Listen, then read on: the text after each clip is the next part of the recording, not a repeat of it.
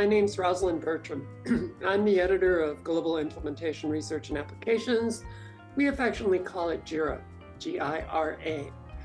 GIRA is the official journal of the Global Implementation Society.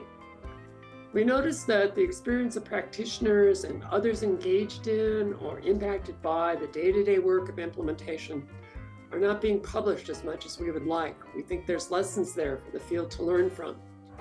And we believe that this special issue addressing the practice of implementation is going to begin to change that.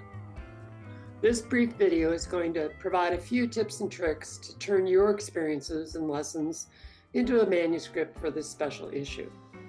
Before we get started, I want you to know that we also offer individualized author support services to help you in developing your manuscript for publication. Okay, ready? Let's go. Here's a few suggestions. First thing to do is look at some recent articles that have been published, let's say in GIRA, and examine any that seem similar to what you're doing. So all you do is you type in up at the top, Global Implementation Research and Applications, and it will bring you here. And you can poke through any of these volumes or issues, open them up, and search by title for what might be similar, and then open up the article and give it a read. What you're going to find is that these articles are really organized fairly similarly, and they can be a loose guide for organizing your manuscript. There might be case studies, policy development, opinion kind of articles, or even something different. And it's okay if you don't see anything that quite matches what you're thinking about writing, because most articles have a basic flow. They offer background, including what they were hoping or trying to learn or to solve, how you went about addressing it, what you learned, how this guides your future work, and what other people who may be doing similar things can learn from it. That's the general flow of most articles. So having seen a few of those, now take some time and think about your setting, your experiences. Now, how would you respond to these questions? What were you hoping to learn, to solve, or to accomplish? Who was involved, and what did they do? What challenges emerged? How did you address them? What worked well? What did not? Often people don't write about what didn't work well, and we can learn a great deal from what doesn't work. So don't overlook that. How will this guide your future efforts? What can others learn from this? Now, simply begin writing about each of these questions. Take your time. When you finish, take a break. Maybe ask someone to read what you've written. Ask them to provide comments that would help clarify or improve the draft of your manuscript. Here's another tip.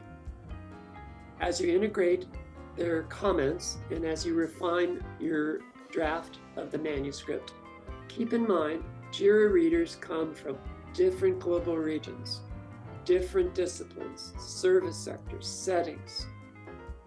What they have in common is that they're trying to implement and sustain change.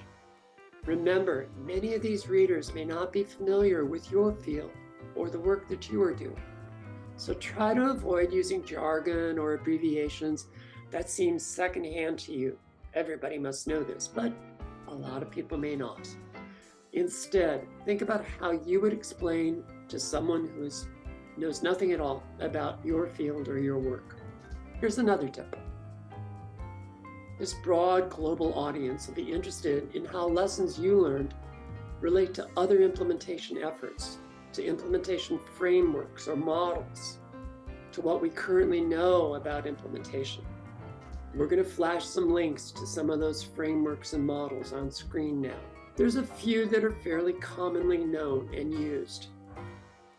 Don't forget, you can also access GIRA's individualized author support services to help you find the best fit in supporting literature for your manuscript. Okay, here's another fun tip. You can also use Google Scholar to find supporting literature. My students love this. Let's show you how to do it. Go up to the top and you type in Google Scholar, and voila. Let's say you're doing something related to trauma, focused, and you're using cognitive behavioral therapy.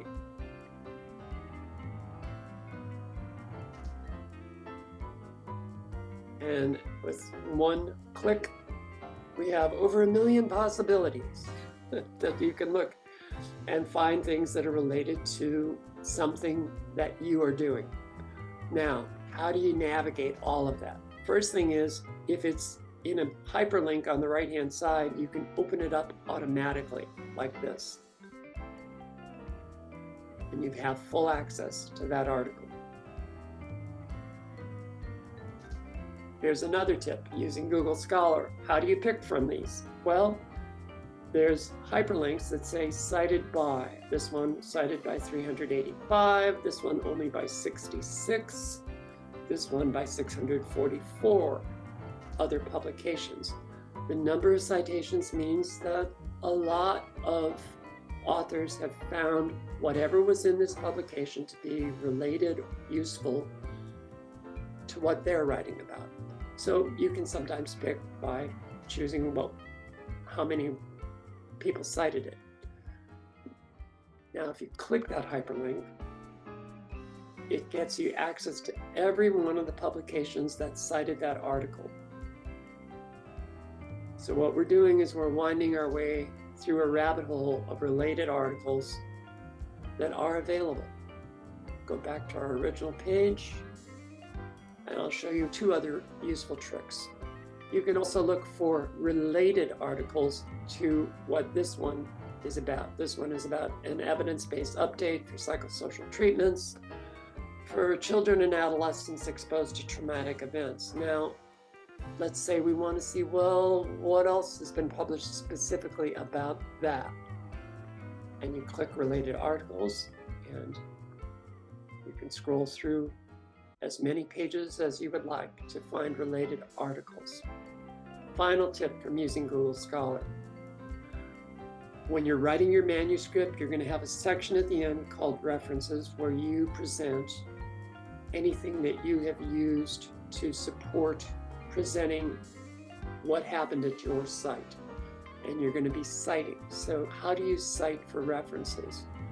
Our journal uses APA, and all you do is click Cite, go to APA, copy, and you paste that right into your references. Pretty easy. Besides being practical, it's also fun. You discover a lot of things. There's so much going on in the field of implementation, and specific to whatever population you're working with, whatever kind of setting you're working in, you can find it using Google Scholar. So when you're close to done with the draft of your manuscript, you want to organize it according to submission guidelines that are available on that very same page. Here's the final set of tips and tricks. Up on the screen, you can see submission guidelines. This is the screen that you will see when you submit your manuscript. And this is a very handy page with hyperlinks telling you how to organize your title page, your abstract, your references, your tables, etc., etc., etc. Very easy to use. Don't get overwhelmed. Take it one hyperlink at a time. And always remember, it doesn't have to be perfect. Special issue editors and reviewers will offer guidance and suggestions when they comment on your submission. And you're going to have many opportunities to revise, to clarify, and improve your manuscript.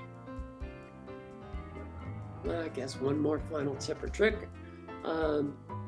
Keep it simple. Use about a 12-point font and double space your manuscript.